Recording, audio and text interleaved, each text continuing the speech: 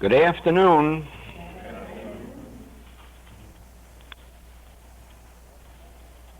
For the benefit of our unseen audience, as you know, within 3 months from today, between 4,000 and 5,000 people will have heard whatever takes place here today. That's how fast these recordings go out into the United States, Canada, and down to Australia. Next year they begin in England. That is part of the miracle when the Master said, "My word shall never pass away." He said it in spite of the fact that there were no printing presses, no radios, no televisions, no tape recorders. And his words were true. They have never passed away. But it has taken 2,000 years for those words to reach the mass of humanity. It is only in the last 300 to 400 years since the printing press was invented that his word was enabled to circulate outside of religious circles. And then it took time before books were cheap enough to circulate to the masses, and then for these writings to be interpreted. And it is only today, when we have a printing press, radio, television, tape recorder, that this word that the Master uttered, this message and this mission, is reaching human consciousness on a scale never before dreamed of. And of course, with the resultant effect in human consciousness. So that now this word of God, which is love, is becoming the basis for all relationships. It is becoming the basis. Well, we could start it with the theme of today, Mother's Day. Mother's Day is a hard act to break into for a man. It's strictly a woman's day. And for a man to break into that act is going to be very difficult. But it can be done. However, not by becoming a mother, but at least by talking about a mother, or lots of mothers, or the theme of Mother's Day. Since actually there's no such thing as a mother, all that constitutes motherhood is a bundle of love. That's all there is to Mother's Day, love. That's all there is to motherhood, is love. Whenever love takes hold, motherhood is a natural consequence. Follows as night follows day and day follows night. Wherever there is love, there is parenthood, motherhood, care. But wherever there is motherhood, there has to be brotherhood. That is where the subject of the Master really gets its swing, its power, because the theme of his entire message is brotherhood. Now, when you start with motherhood, which means you start with love, the love of the creative principle toward its creation, then you can also see that there must be a love between all creation. There must be a love between the brethren. And the brethren means men, women, animals, vegetable, mineral, everything working together for good. And so, even if you were to start with the theme of Mother's Day, you would soon find yourself in meditation, leaving the idea of the day and following the idea of mother into love, and you would find that your meditation would lead you to see that whatever it is we call mother, whatever it is we call the creative principle, would be the result of an activity of love, and that love would continue from the principle, the creator, to the creation. This alone would give us our assurance of continuous care, protection, harmony. But it would carry us another step in meditation, and we would soon see that the love that flowed from the mother to the son, from the creator to the creation, would also flow between the brethren. All men and women would share that love which came from the central source. Now let's follow that for just a little while, because it brings us back to an important principle.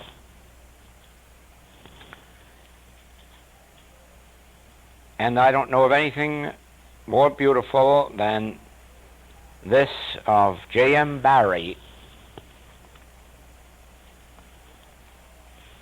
to give us our central theme. When you looked into my mother's eyes, you knew, as if he had told you, why God sent her into the world. It was to open the eyes of all who looked to beautiful thoughts. Those eyes have guided me through life, and I pray God they may remain my only earthly judge at the last.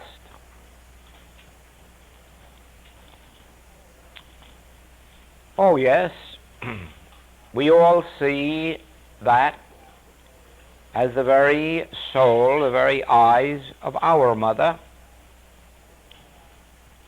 and we too know that in the experience of our mother, her only function in coming to earth was that we might be cared for, and all who came within range of her consciousness, of her love.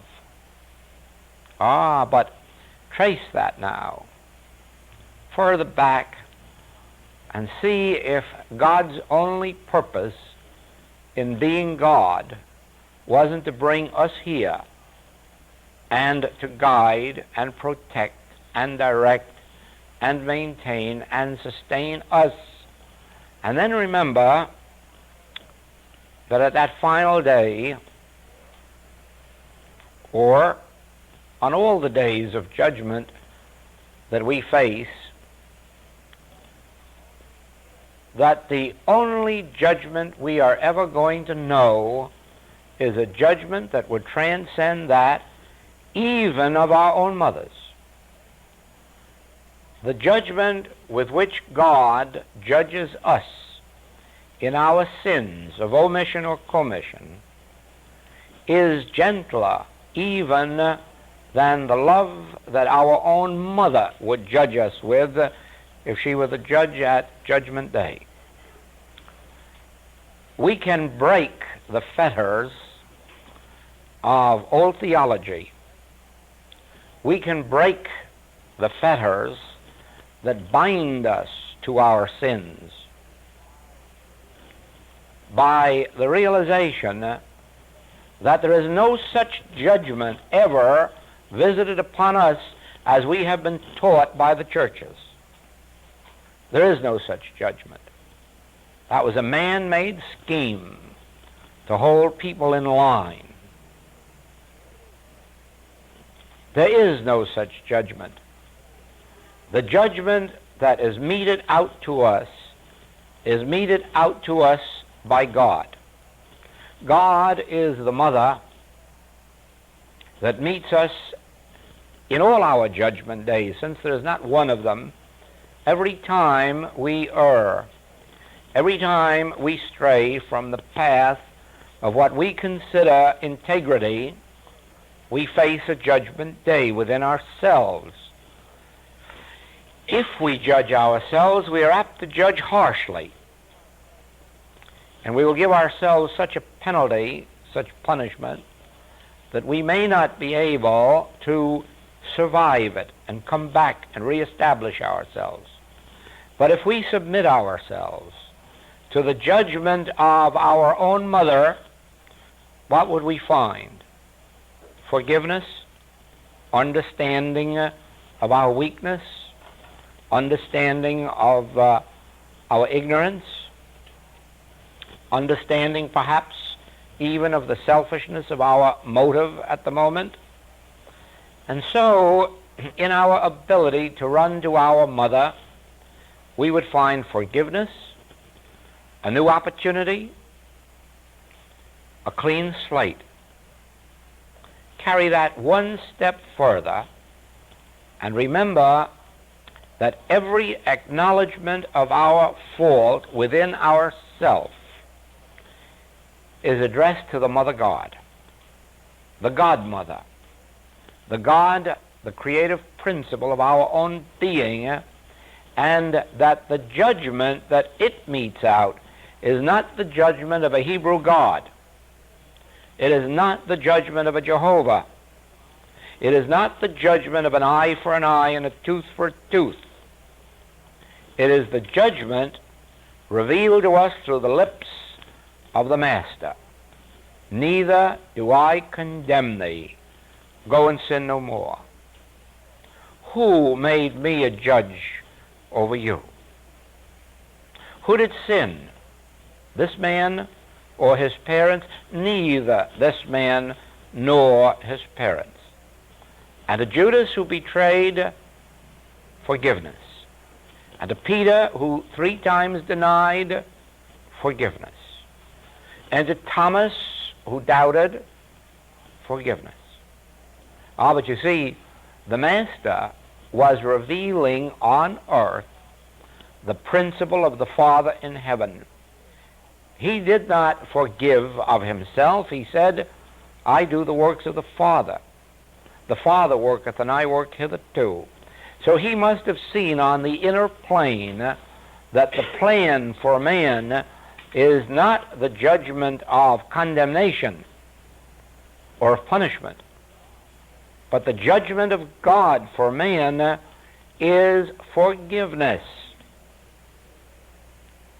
So you see, in accepting a Mother's Day, we are not merely honoring a woman, but we are honoring the institution of love that constitutes motherhood, but on a higher scale represents the motherhood of God. And the motherhood of God is the real relationship of motherhood on earth. That is why the nearest to God's love is mother love. And for the reason that mother love, more than any other, understands the nature of forgiveness, of praying for those who persecute us, who pray. Why, what mother prays more than the one who has a wayward son? They pray 10 times more for their child than the mother who has all good children. The mother who has all good children takes it for granted that the children are good and lets them loose. The mother with a wayward son is praying day and night and day and night for the recovery, for the reformation, for the return of that son. And there you have the nature of God symbolized in human motherhood. So the nature of God, then, is also a praying for us.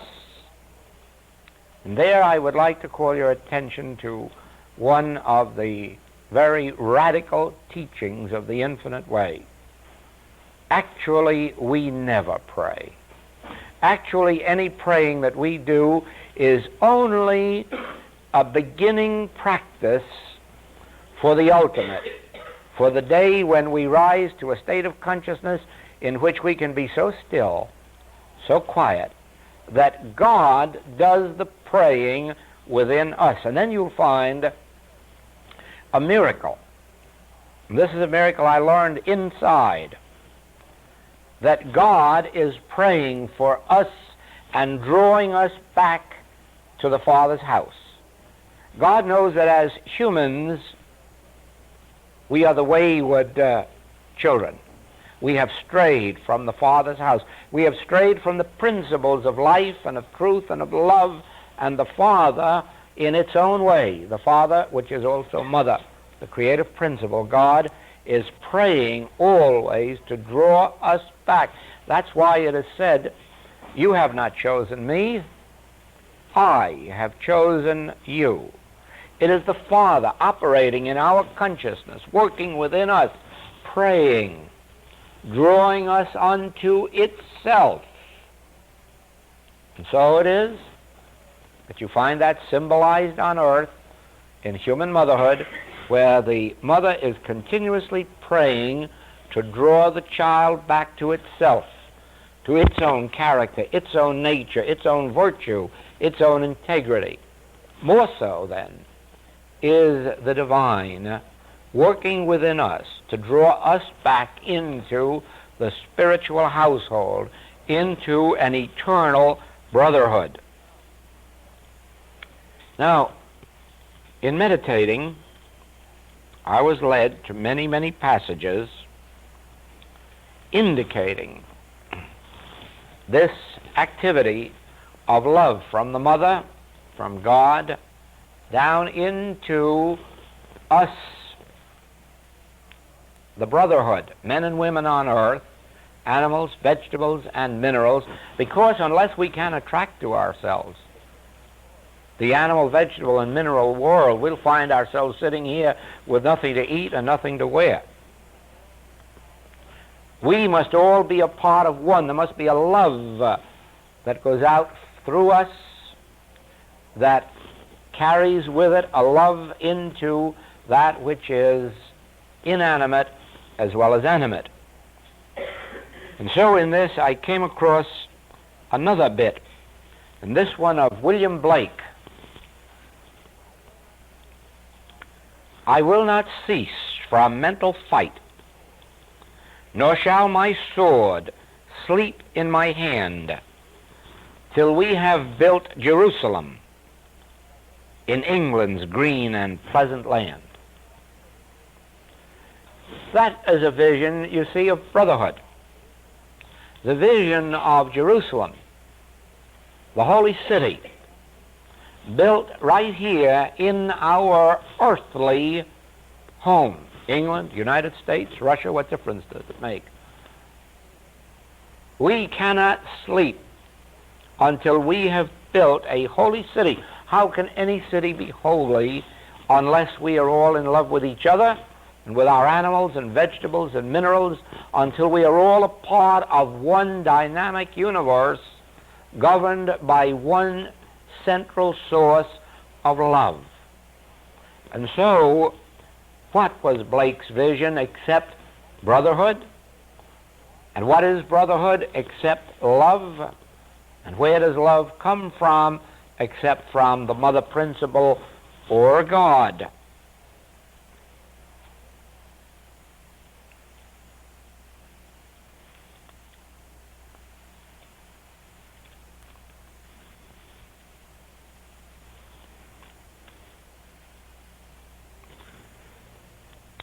Dean Inge of England said, "The world is possessed by those who are not possessed by it." The world is possessed by those who are not possessed by it. Then what must man be possessed by, if not love? In Acts 17th chapter, God hath made of one blood all nations of men, for to dwell on all the face of the earth. Now, this is the Japanese Kagawa. It is only the timid who interpret God and the world a dualism, until even the stock exchange is filled to saturation with God, there is little hope for genuine religion. Brotherhood on earth as it is in heaven, permeated with this central spirit of love. Well,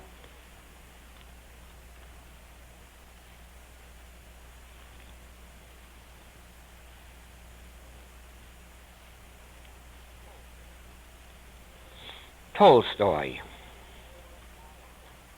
Men build Babylon out of their own Babylonish hearts. As long as men do not consider all men their brothers and do not consider human lives the most sacred of all things, that is, as long as men do not treat each other religiously, they will always, for the sake of personal advantage, ruin one another's lives. Well, that leads us back to this principle that we have had here and that we must repeat over and over again until it is actually in our hearts. Now, listen to this carefully.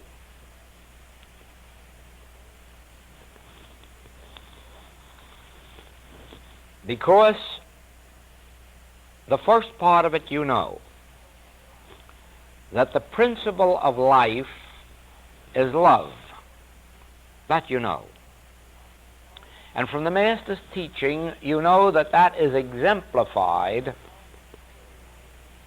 in our experience through the parables and experiences that he gave us.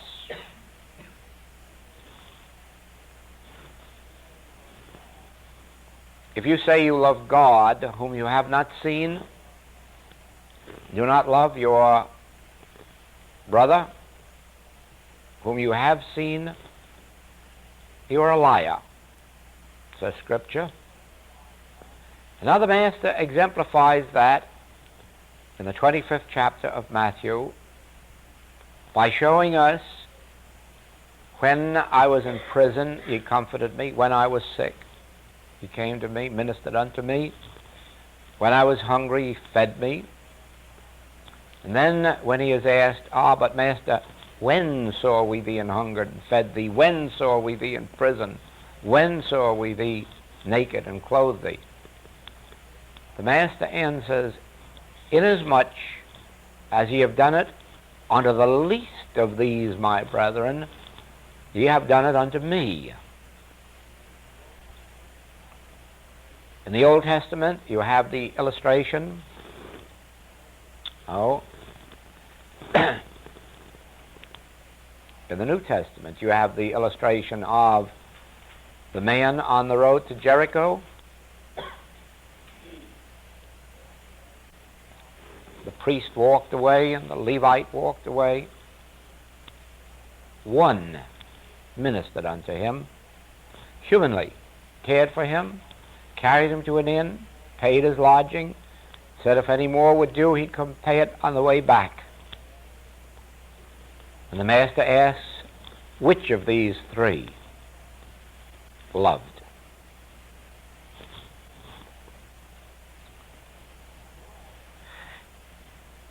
Love expressed in service, ministering unto each other, is one form of mother love. Since the whole nature of mother love is service, care, protection, so any expression of it on our part to each other is but a manifestation of mother love. And now you know that in its turn, any expression of love one to another on this plane is an expression of God love. You find this in love and gratitude. There is only one love, and that is the love of God. And it is the love of God that mothers express to their children.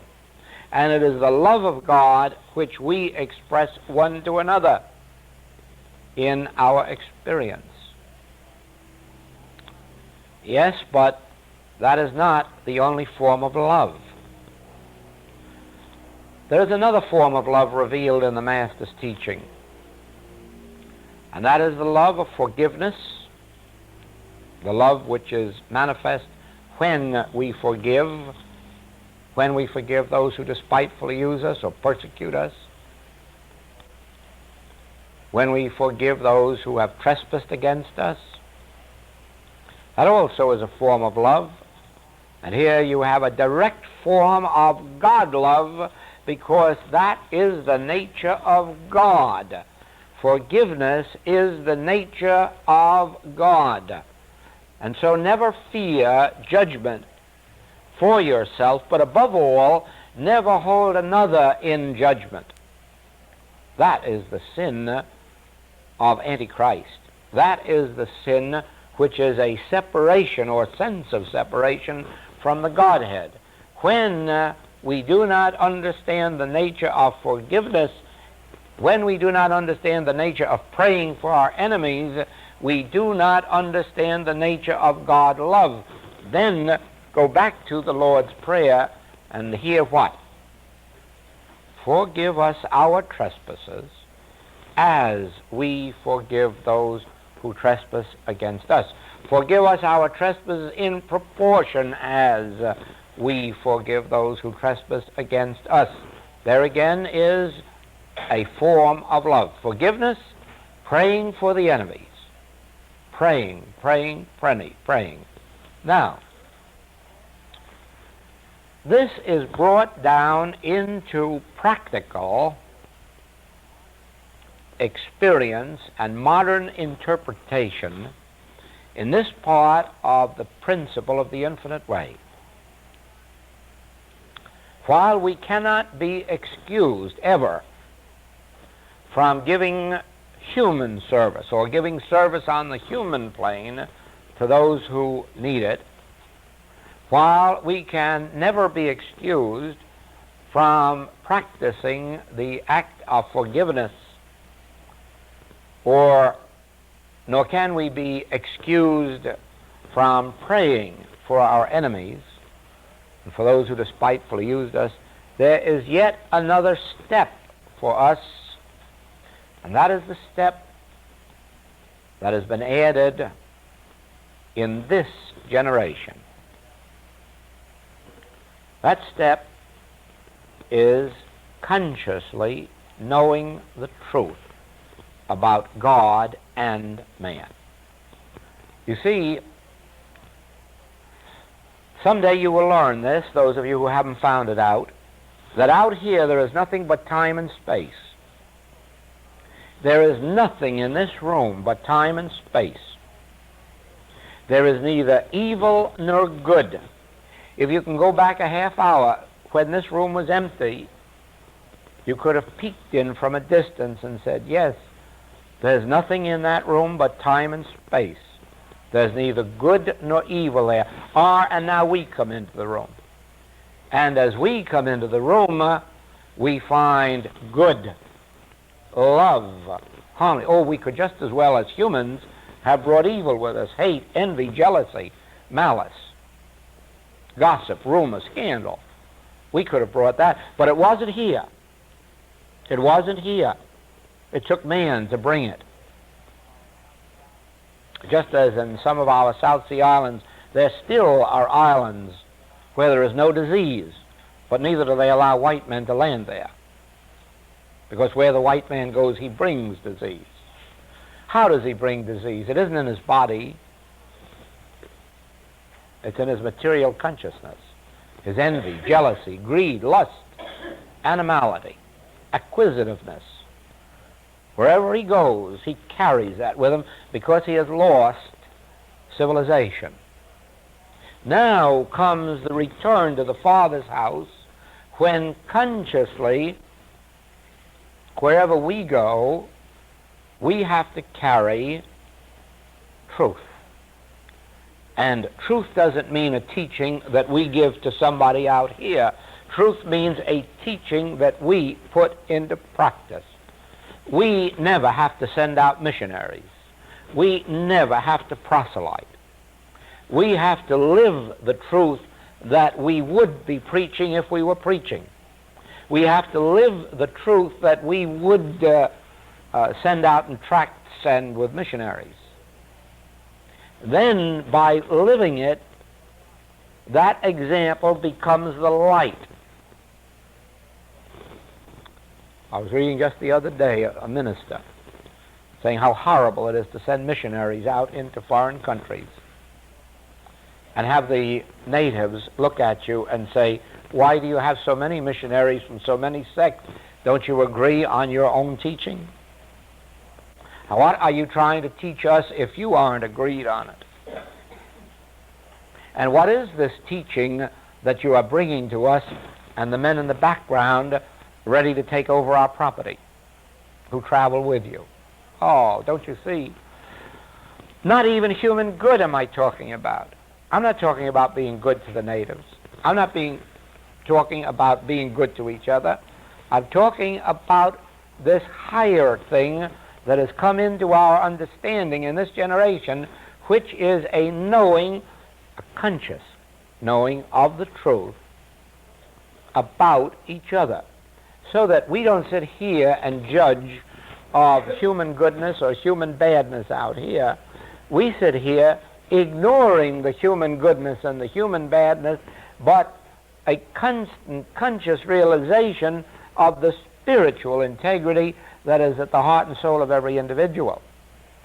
Now, only, again, let me come back to this empty room.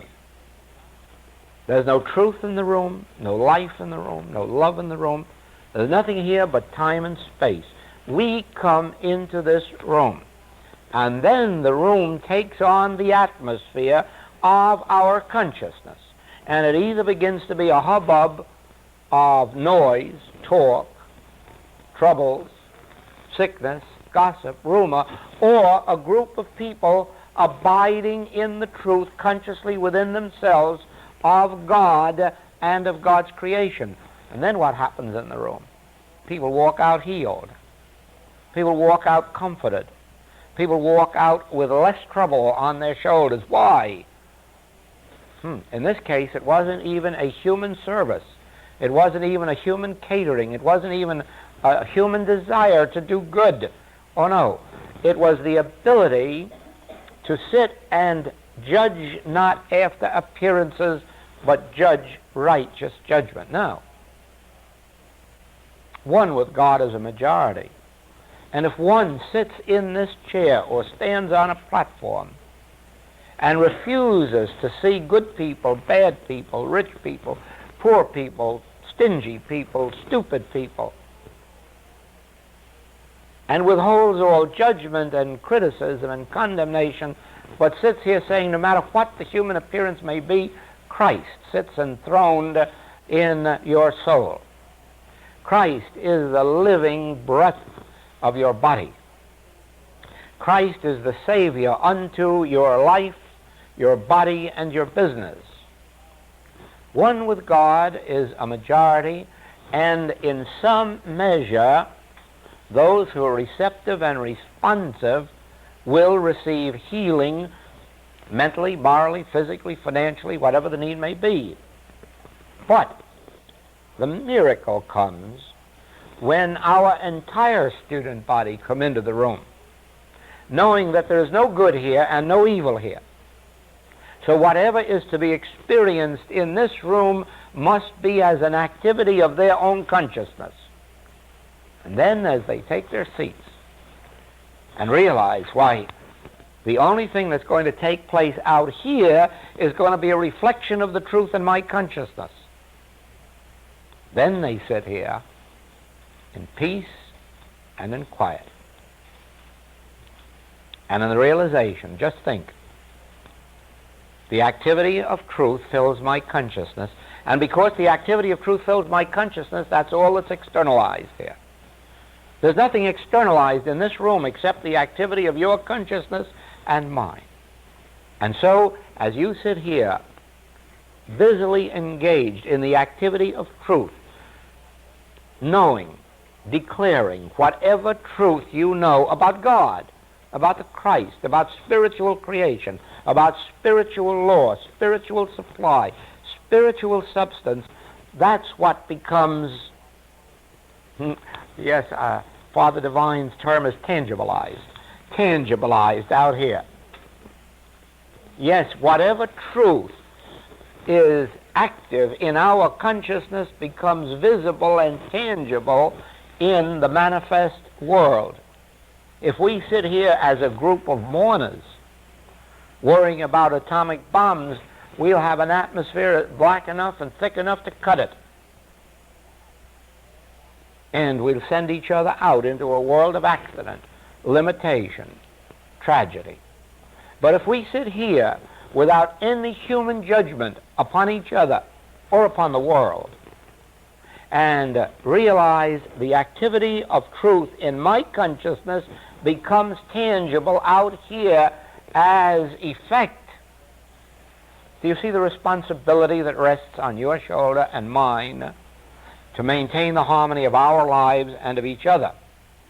Now, the importance of that is this.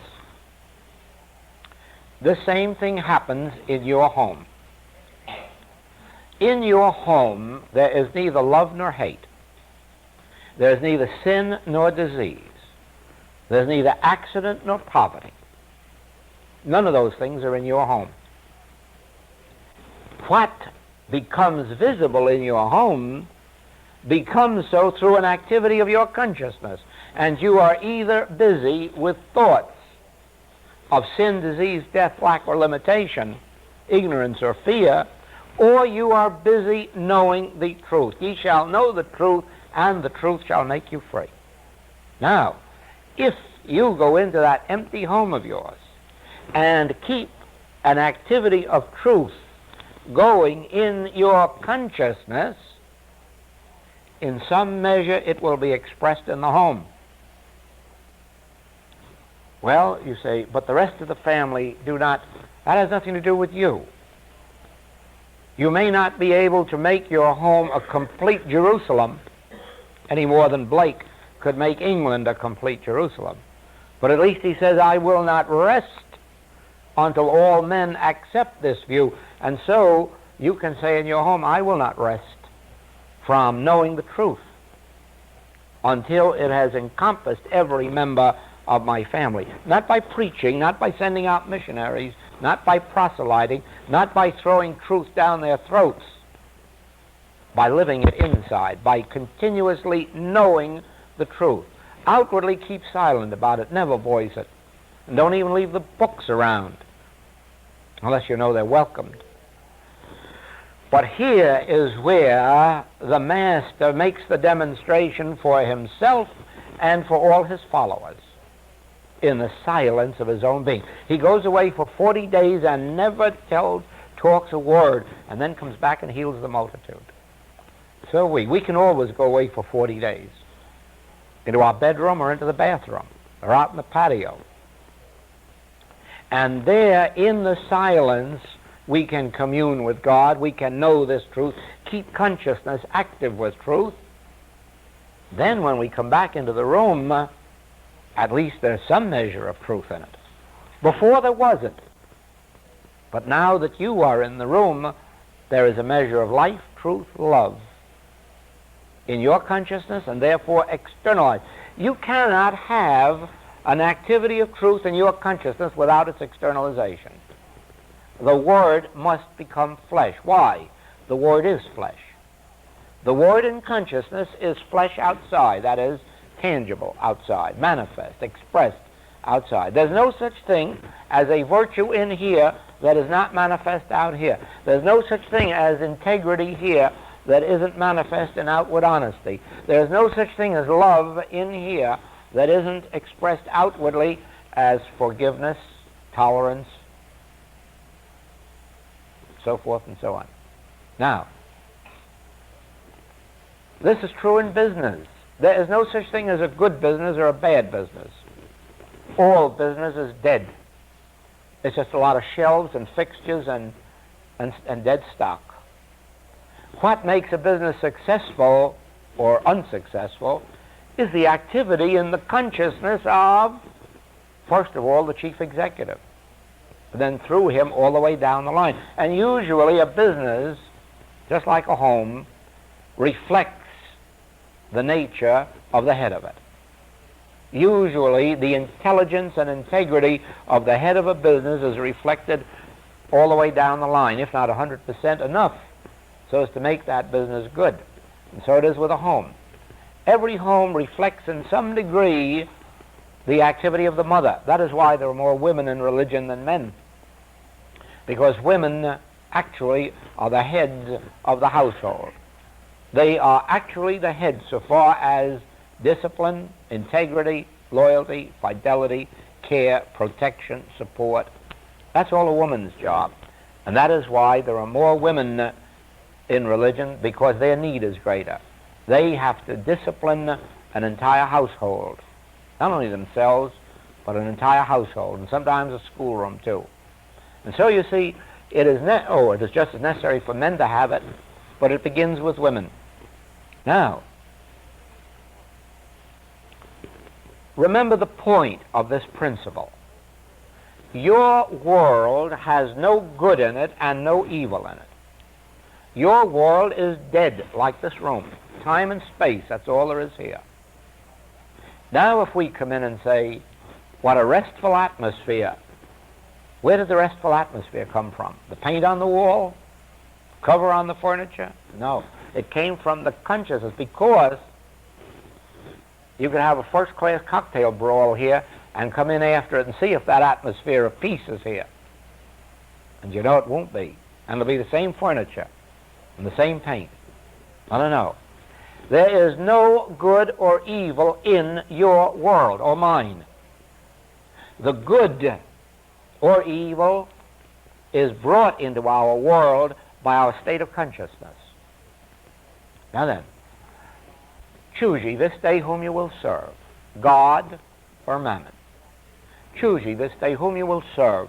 The activity of truth in your consciousness, the activity of love, the activity of forgiveness, the activity of service, the activity of knowing the truth about each other, or being a human being and deciding that, oh no, this man stole, so we must call him a thief, and this woman did this, and we must call her this, and this person did this, and we must call them that. And then watch how you draw back unto yourself that which you gave out. The principle of this is the bread that you cast on the water is the bread that comes back to you. That which you know in your consciousness is what you are drawing back unto yourself. Now remember, you can serve your family, your business, your community with a human good to each other, and it is well. And you can serve them by prayer, which is well. And you can serve them by all of the human modes and means that are available to us, and it is well. But there is nothing going to bring Jerusalem into this nation or world of nations.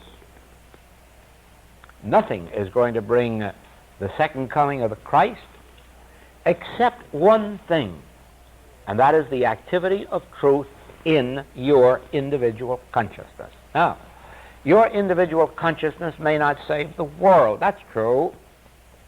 That is absolutely true.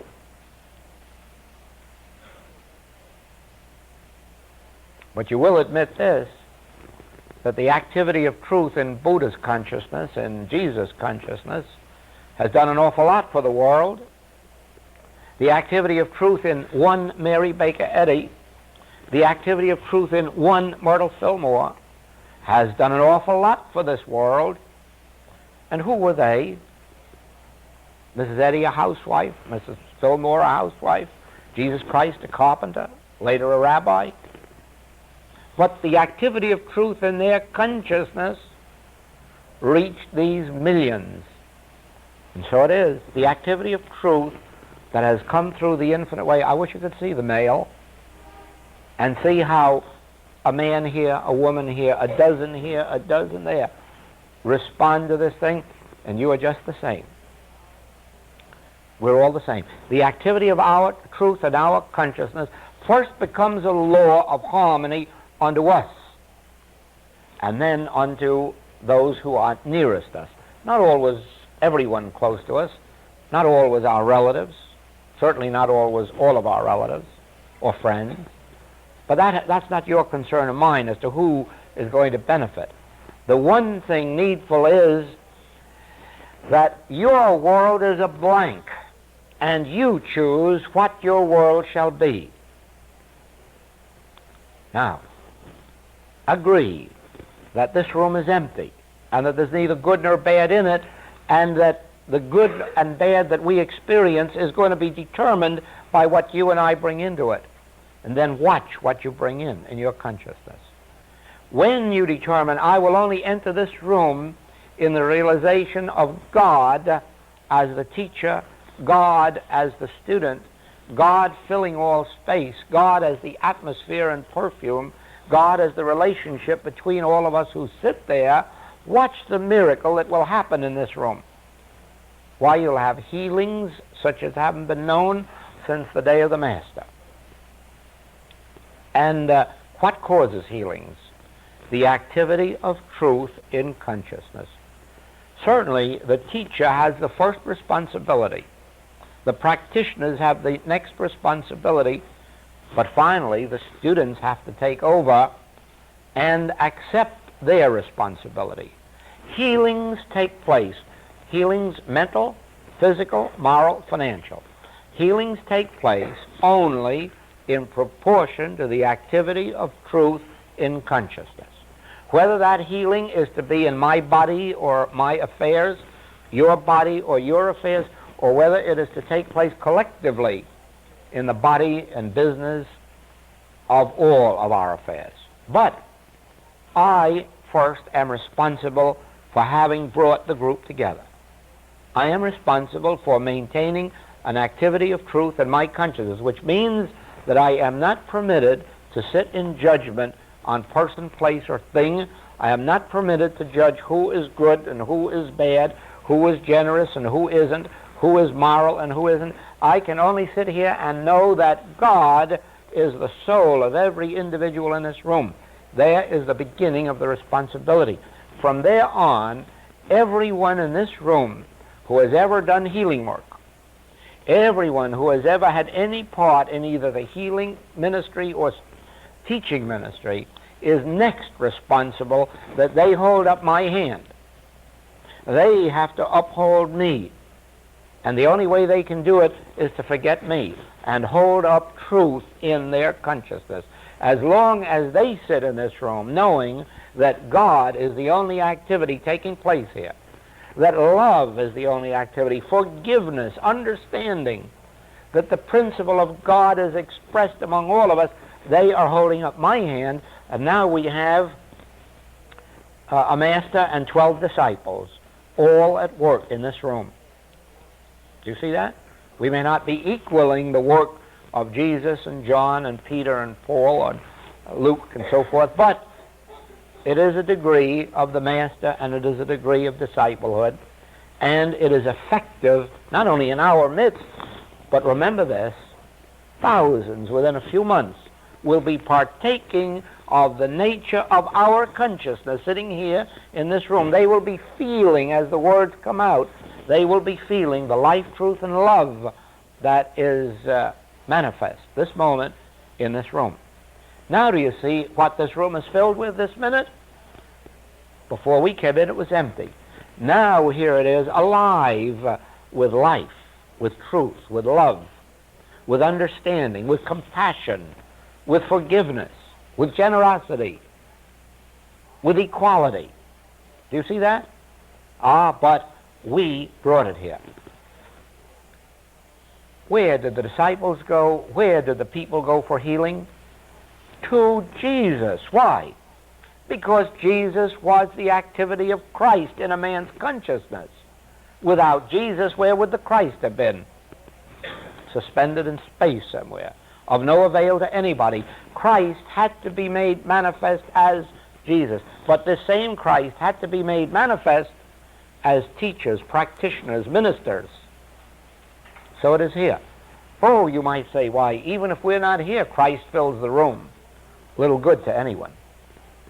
The only good is when the Christ is made manifest as your and my individual consciousness. Then are we the light unto the world. That's why the Master taught that we must be a light. How can we be a light? As human beings? No human being ever was a light. Only in the degree that we hold to the truth about God, Spirit, life, truth, love, know the truth about God, know the truth about spiritual man, refuse to entertain concepts of man, refuse to entertain beliefs about man, or law, or substance. Hold spiritually to the truth that God is the central theme of our existence. God is our sufficiency in all things. God is our sufficiency in companionship. God is our sufficiency in supply. God is our sufficiency in friendship. God is our sufficiency in all of the relationships of existence. And as you abide in that, you will find that you're not in a home anymore where good and bad can take place at will, over which you have no control. You will be in a home in which most of the evil will be ruled out, because one with God is a majority. Then, as you find one other member of your household to accept this way of life, this spiritual way of life, and they begin to hold this spiritual truth, you will find your home still more fortified against evil, and it will not come nigh your dwelling place.